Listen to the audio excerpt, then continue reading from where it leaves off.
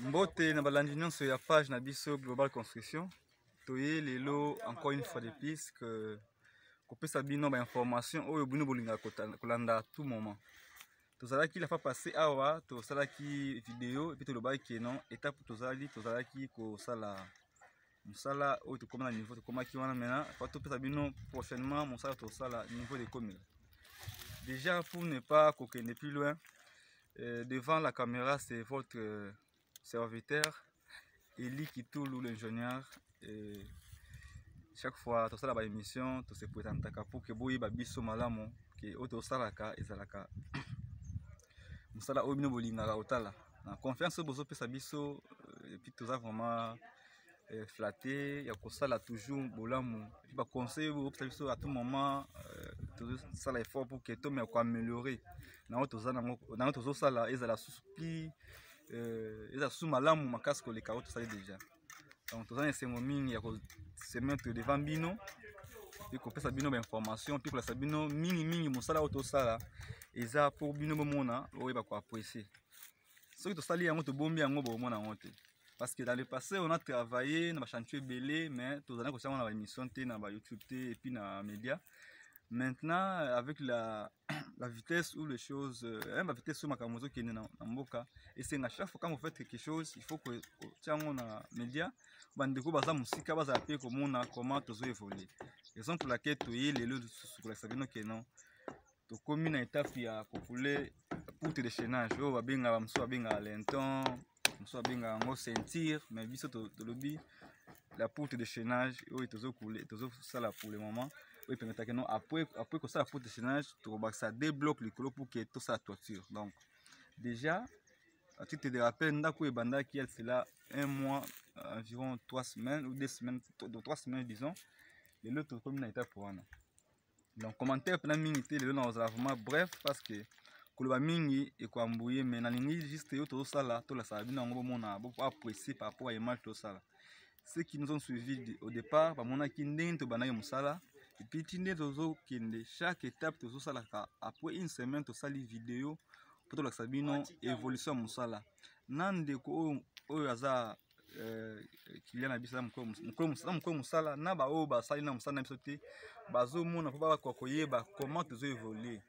D'abord techniquement qualité musala ndenge zaleli et puis du point de vue rapidité nento sala parce que ba yoba ki neto bandaki ba otanga mikolo so batangi ba mona on a même pas encore totalité n'a même pas un mois 3 semaines to sali ba un mois environ 2 semaines et demie mais 3 semaines pour nan mais déjà pour jeune biso au contact sinaki pona musala ya élévation de mur eza okende vers na suka.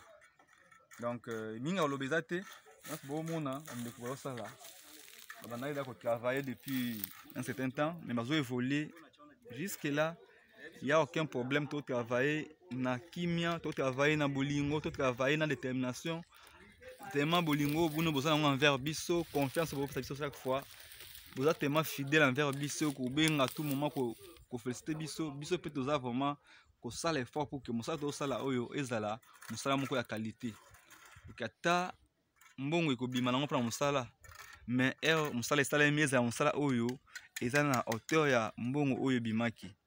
Donc tolingi to sala musala te po baya ko bandela ngo par la suite ou be baya ko loba non pourquoi eza boye. Je pense que c'est une œuvre humaine mais tozo sala effort que ezala quand même na qualité oyo esengeli ezali. Ndenge to loba que chaque fois ceux qui osala eloko sala on motela moko et puis ceux qui ebiki eloko sala eza malamu continue osala yango ndenge pe biso to sala effort wana keno yo to sala eza malamu to ebiki eza malamu.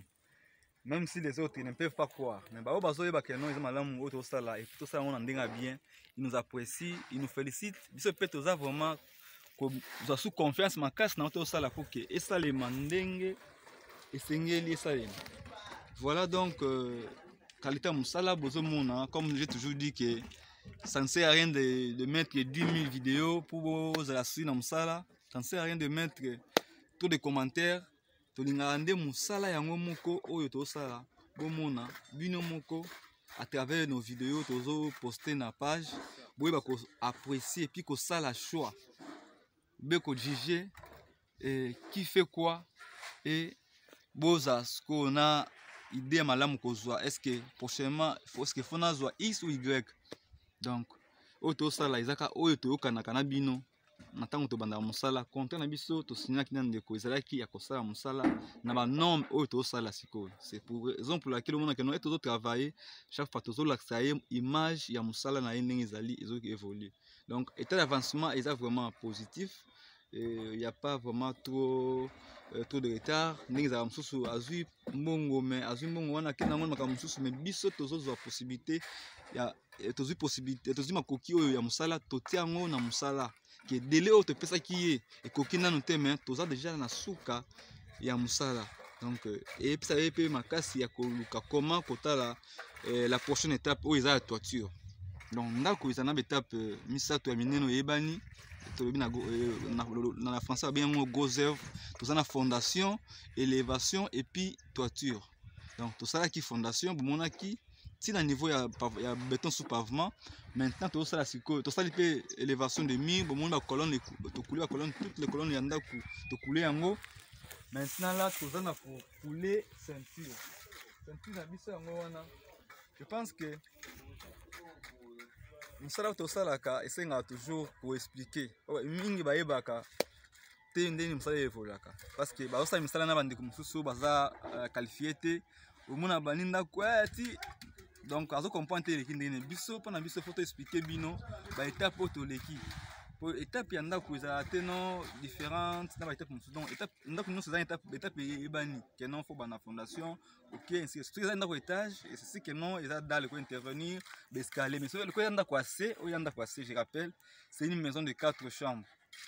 Donc il y a 3 chambres pour bakolo ndako et puis une chambre pour na visiteurs.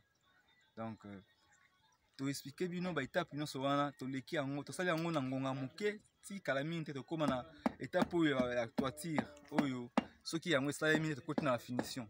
Donc nde botuna mutuna ndako ekotonga pendant combien de temps na yebisa bino ke non ezala makoki na yo oyo tie en jeu pour mosala esalema et puis na rapidité ya équipe oyo basala mosala mpona biso ndeko toza na ye aza souple par rapport makoki ndenge toyokanaki baéchéance ndenge azorespecte yango baétape batranche ya paiement nde mpe tokende na lombango biso moko mpe toza motive na mosala tosala équipe baza vraiment na kimia basala mosala na bango ndenge elongo bani nde omoni ke non rapidité ezali mosala ezosalema déjà tokosana même pas 2 mois mais étape oyo esila. Donc 3 mois ndako esila 3 mois peut-être tokomi étape mosusu peut-être ya suka.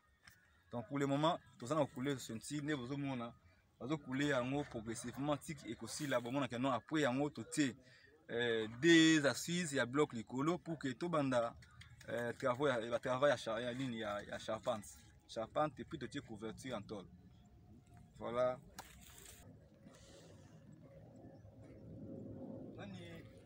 Milia. Oh, no, sawa.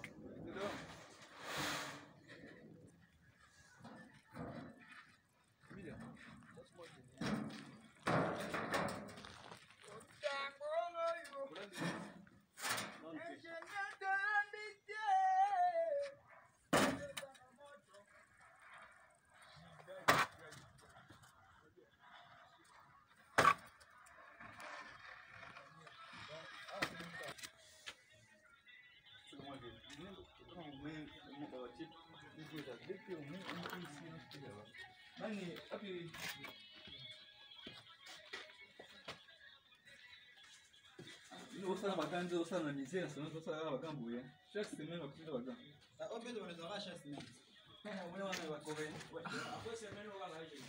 après semaine, tu vas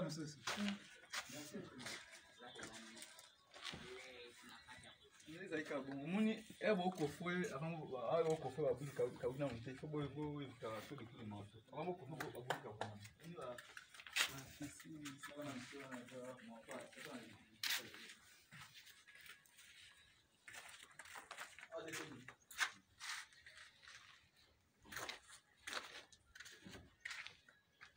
ni kompa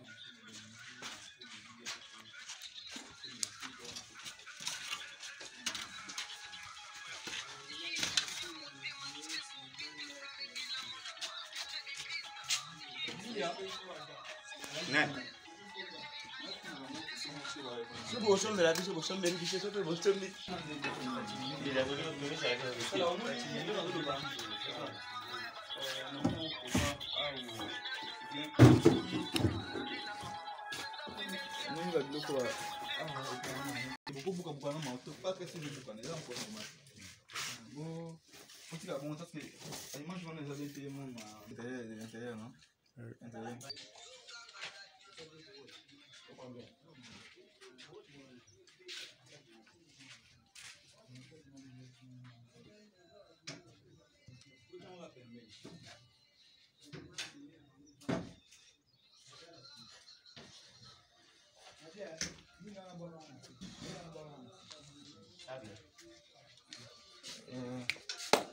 Moussala Yabouye, donc ce sont les Congolais, vos frères qui travaillent dans ce chantier. Ils ont la chinois, la coréenne, la congolais, au moins, ils ont Moussala, ils ont Mona.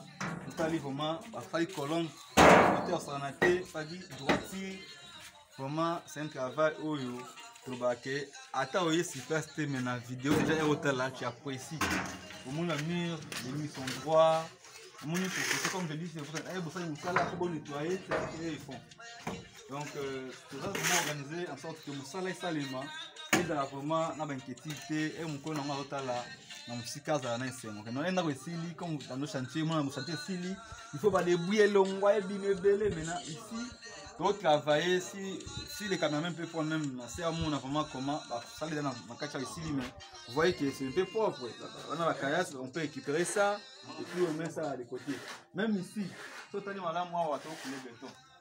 Dans cette pièce, après on coulé béton sur pavement, il n'y a plus rien à ma bille. Donc ça ce sont des caillasses, on va pouvoir récupérer. Et puis ils font les mélanges, il y a béton pour pouvoir couler. Mais vous voyez que la salle ou la pièce, mon salle est si lamentée, mais tout ça rare. Mais nous travaillons pour propriété, vraiment sans commentaire. Ça c'est la chambre des parents. Bon, la chambre la plus vaste. La chambre donc les parents ont comme chambre la pièce Oyo. Ils peuvent aménager leur garde-robe, de la marque comme dressing. Ils ont une salle de bain, qui sera aménagée. Il est encore en construction, et là, si ça peut la pièce donc il y a aussi le colo. On n'a pas vraiment tous les commentaires à faire dès qu'il y a dans le bac. Donc ça déjà, les gens ont analysé que c'est un travail bien fait. Et puis c'est fait par les professionnels ou les ouvriers qualifiés. Au bazar assisté ou supervisé dans l'ingénieur, dans l'architecte, au bazar sur le terrain. Lire dans le bac, non, je ne suis pas seul. En dehors, il y a aussi des ingénieurs au bazar pour travailler en collaboration et puis il y a aussi des architectes. D'ici là, je vais vous montrer aussi certains qui sont avec moi sur le terrain pour mon abango, bazar PK qui vient dans la cantine.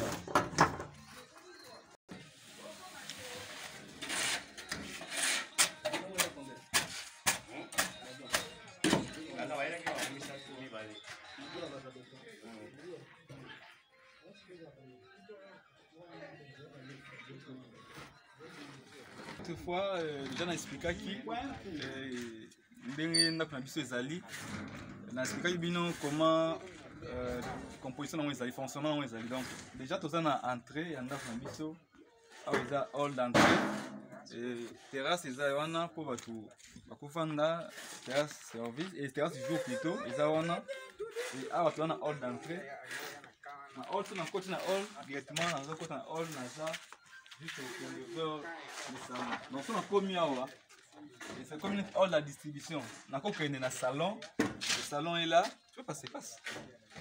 Le salon est là. Donc on a un salon, si vous voulez, on a un salon. Le salon est au séjour, et on a un salon séjour comme c'est une grande pièce, et ça salon et puis salle à manger, ça toujours ma carte. Mais nous savons comment on a fini, comment tout bon mais pour le moment la grande pièce là c'est le salon. Donc, à partir de hall, je peux aller au salon, je peux aller dans la cuisine et dans la chambre, la partie nuit. Donc, partie jour, partie service et partie nuit. Donc, dans la partie nuit, tout dans la chambre, il y a un visiteur qui est au début, dans la salle de bain, avec la salle de bain, la chambre, La chambre suivante, c'est la chambre des garçons. Et puis là-bas, c'est l'air salle de bain. Donc on a Nasuka au fond.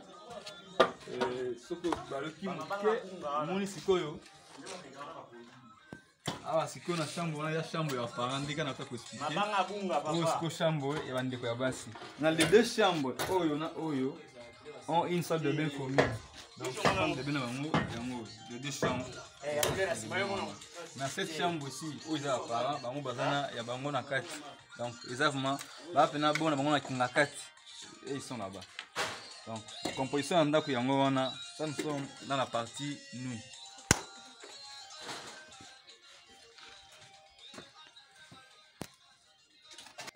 Tout la partie nuit et partie jour et partie service, là où se trouve la cuisine. Cuisine à Bissango, et ça quand même donc je pense que vous que non, et maman aussi la makusana na katiawa. Dès qu'elle finit, nettement à quoi servir na salle à manger, valier et peut garder aussi ces histoires dans magasin exactement, magasin angona. Là c'est la porte qui la porte pour le salon où ça la manger. On a des pour garder les locaux où dans la cuisine, mais on a des magasins. Et dans la cuisine, on a une place où il y a pour nous, il y a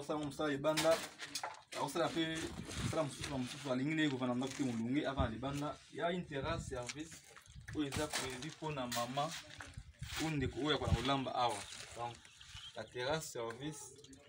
Yango yo dans la cuisine donc dans la biso yango wana ndeto la bino ezate montage eza yango to technique donc au moins ya image ezaka bozui image donc otala vraiment musala ko kolonno yo kula même ko kula ngo na machine T c'est avec nos mains propres tout ça le coiffage vous voyez comment la colonne est droite donc les murs sont droits les colonnes sont droites. Vraiment, il n'y a pas les dosages même les dosages. Quand on a même pas 3 jours passés, parce que mon vraiment béton oyo, et ce boucango, vraiment le engin pour boucango, parce qu'il y a vraiment le béton dosé à 350.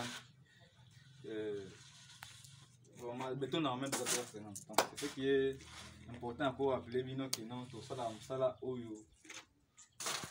Oyo ils ont maintenant. Tout ça commentaire te musala ils ont bénéfice tout ça zoloba mukie bino pe bo tala ka ti bo apprécier parmi bino pe il y a de ceux-là qui ont travaillé ba chantier il y a de ceux-là qui ont des chantiers ba sala déjà ba ko sala peu moins simulation batala et parmi vous il y a aussi des gens ba dans le domaine auto sala donc tout ko ça vous voyez que ko ça mais surtout la vérité vous voyez mais ceux qui to bateau ceux qui moi to tenga mukie je pense que non boza quand même na mutema malama ko ça veut dire que conseil pour améliorer mon sang vie sur place sur tout dans faille mais je pense que œuvre humaine les la faille mais surtout ça l'effort que nous va faire nous la terre même les amis remarquable ils a fait dans ils a vraiment théo et causer pas problème ils a le comme ko to faire na monko ah tout le monde a kaka yo sala yo moko naza roboté ngai naza Eli comme je vous dis au départ c'est l'ingénieur c'est l'entrepreneur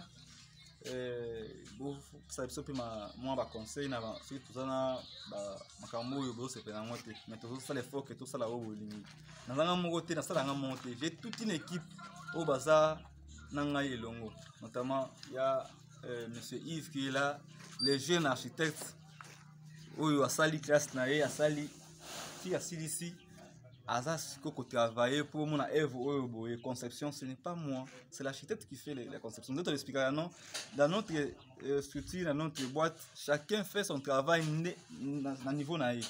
Moi, j'ai mon travail, lui aussi a son travail. C'est lui qui a fait la conception. Donc, ce qui n'a pas mis la forme, c'est lui l'architecte. C'est la tête qui fonctionne, il a sa conception. Azas paye mon côté. Je pense que nous avons une équipe à travailler, une équipe où vraiment bien vraiment expérimenter pour ça. En dehors, on a je tiens d'autres, c'est un héros d'Alombe aussi. C'est bien, c'est Thierry Machaou.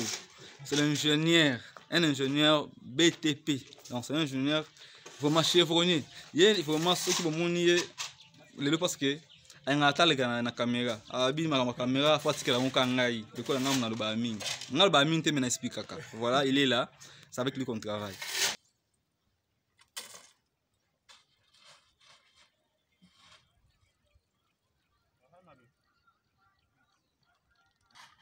Bandeko vraiment natondisa mina esengo mingi liboso na bino koloba ke mosala tosali bomoni yango lelo toyaki te mpo tosala makelele me tolakisa bino tosali et puis plus bomona image bo apprécier donc bomoni quand même tolakisi bino bana débit tobandaki mosala ti tokomi na niveau oyo me tozo évoluer esengo eza parce que tosala yango ndenge tokanaki na client qui sala mabongo. Je pense que sika azali aolanda biso aomona et puis aloba vraiment que non c'est ce que l'ingénieur ou c'est ce que Global Construction aloba qui a osala pe yango azosala et puis nangonga o tozwi vraiment et toza féliciter toza vraiment na komikisa mingi pa na bino ke topona na biso nzela oyo basa ba image oyo ya musala parce que mingi boza kuna boza na besoin ya kozonga na mboka bosala botonga pe sika ya kovanda leko ya kovanda na flat hotel boya kofuta mbongo betaka machine ya 1 mois osali awa par juste $100, à 3000,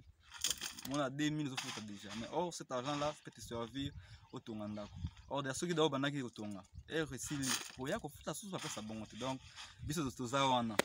Toujours, c'est là pour que vous allez vraiment n'abandonner bino. Les gens qui vous ont fait du mal dans le passé, Bobo Sanango, Botal la bisopé, tout ça la moussala, au bino vous de Karana. Parce que autour ça les hommes monana. Nous avons répété que les gens pour qui nous travaillons la plupart des cas, bazana biso sur place, bazana musika extra bunu mais la confiance va passer à biso. Biso plutôt ça l'effort que confiance on est la confiance moi vraiment to gagner en to mériter en haut. Même si au début il y a un moins de doute mais et to bani tout ça musala déjà de comme ça ni. Tout ça vraiment bolingo na bino, tout ça congolais net bino.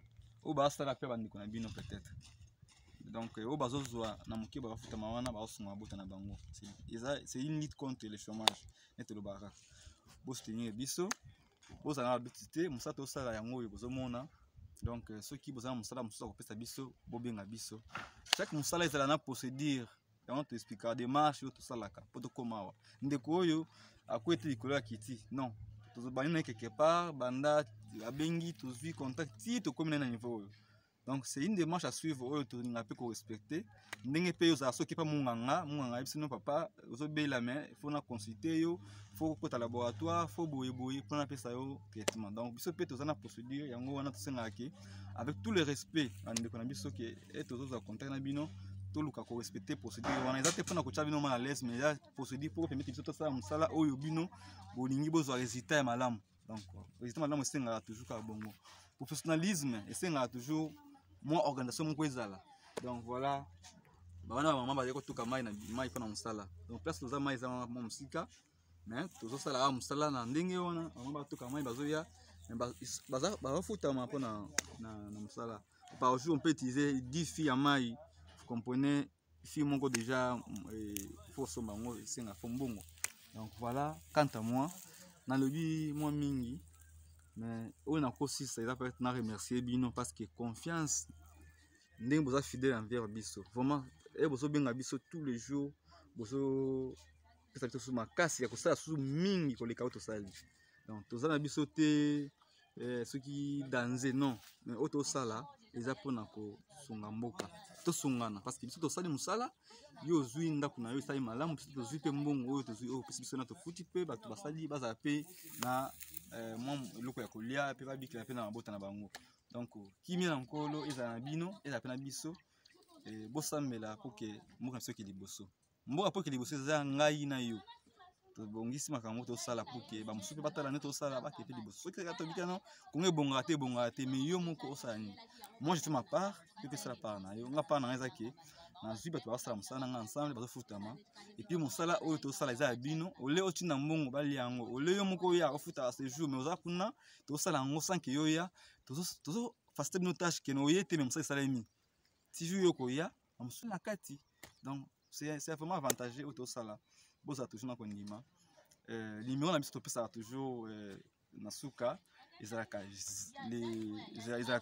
plus 243 082 1300 773 plus 243 082 plus 243 82 1300 773. Donc, tu as la page YouTube Global Construction et Ingénierie.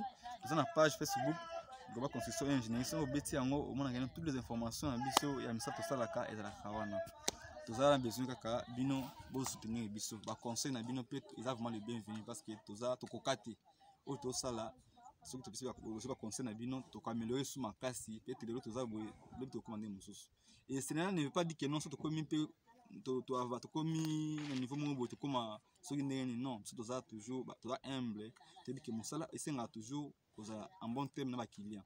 Et on demande que nos chefs abobenga biso to répondre à bino avec politesse, avec respect, avec considération pour te dire que mon salaire est un bongo. Donc, biso na bino eza bolingo et puis boyokani nde tokotonga lingomba ensemble nde tokobongisa mboka na biso lelo place ezalaki ya kovanda te mais aujourd'hui sika kovanda et puis ya qualité. Donc ça c'est confiance surtout ça. Je rappelle que tout ça une structure où ils ont dans le domaine de la construction, tout ce qui est construction, tout ça, ce qui est au Sengibiso. Mais nous avons une démarche au Tolandelaka. Donc, encore une fois, vraiment, Bolandabiso à chaque fois, tous les émissions sur YouTube, ils ont des images de Zoka. C'est place de tiens, Bolandango, Bomona, hein, Boy a peu qu'on sala point de vue Nabino, parce qu'il y a un peu son abisso, tout le monde a amélioré son abisso. Donc, je rappelle les numéros. Plus 243 82 1300 773. Donc, Moussala Oyo, tu l'as bino, il y a un niveau de ceinture, tu as un ce qui est sili. La semaine prochaine, tu as un soir après la sabino que nos ceinture tu es sili, tu as une bande toiture. Donc, Moussala Oyo, tu as merci mini bande connexion sur va soutenir biso. Un conseil, puis dans la bonne délit. Biso peut te rebourser la binoté. Merci vraiment encore une fois. Et puis, tous à toujours bon moko. Kolo azala bino et puis asuna biso tokende liboso.